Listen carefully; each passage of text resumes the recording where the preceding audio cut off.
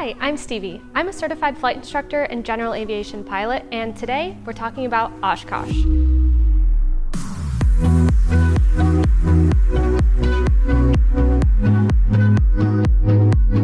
Flying into Oshkosh is one of the most fun and exciting things you can do as a pilot, but it's also challenging and can be a little intimidating as well, especially if it's your first time flying it. Last year, I flew into Oshkosh for the first time, so here's a few radio communication tips I learned on my flight in that might help you as well.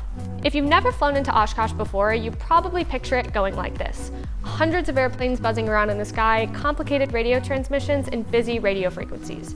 However, none of that's really true except for maybe the hundreds of airplanes part. What surprised me the most about flying into Oshkosh is that listening is much more important than talking. In fact, the only time you'll likely respond to ATC isn't even by talking, it's by rocking your wings.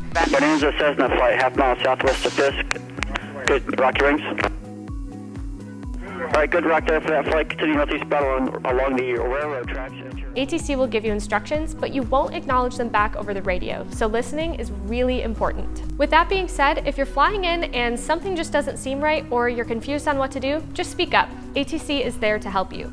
For example, last year I was flying in as a flight of 2 with some of my friends, which means that we had 2 airplanes flying in formation together. There were also 2 other planes right behind us that looked like they could have been a part of our flight as well, so I wanted to make sure ATC knew that we were only a flight of 2, so I waited for a gap on frequency and called them to let them know. Approach Bonanza, the flight that's just south of Green Lake. We're a flight of 2, just to confirm. Bonanza flight, roger, continue inbound. Cleared up any confusion, and I'd rather be safe than sorry. It's important to use all of your resources, including radio communications, to maintain situational awareness.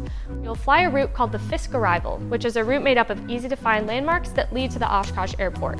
There's going to be a lot of other airplanes flying this route at the same time, so it's really important to maintain situational awareness while you're flying in. You'll start by listening to the arrival ATIS. This is where you'll listen for what transition points and runways are currently in use. Then you'll switch over to monitor Fisk Approach, which is where ATC will give you instructions and any important changes about runways, transition points, and holding. Start listening to Fisk Approach early so you don't miss any of these changes. The ATIS still says Ripon. FYI, it's tuck away right now. When you're flying the Fisk Arrival, also pay attention to what aircraft is in front of you and listen for radio transmissions for that aircraft as well. This will help you anticipate when to expect your own radio transmissions. Attention aircraft to Oshkosh is arriving runway 18 right and 27. Please become familiar with these procedures in the notes, and we are using the puck away transition at this time. All the details you need to fly into Oshkosh are found in a document called the Oshkosh Notice. Before Oshkosh last year, I printed this document out, read through it several times, and then saved it to my iPad for use in flight. While the notice gives you all the information you need on paper, it might also be helpful to get an idea of what flying into Oshkosh looks and sounds like in real life.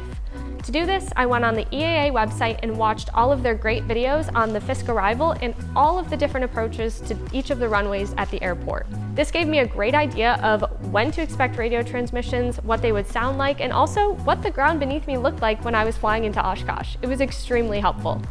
Fly to 2, turn left into the grass on the runway. Welcome to Oshkosh.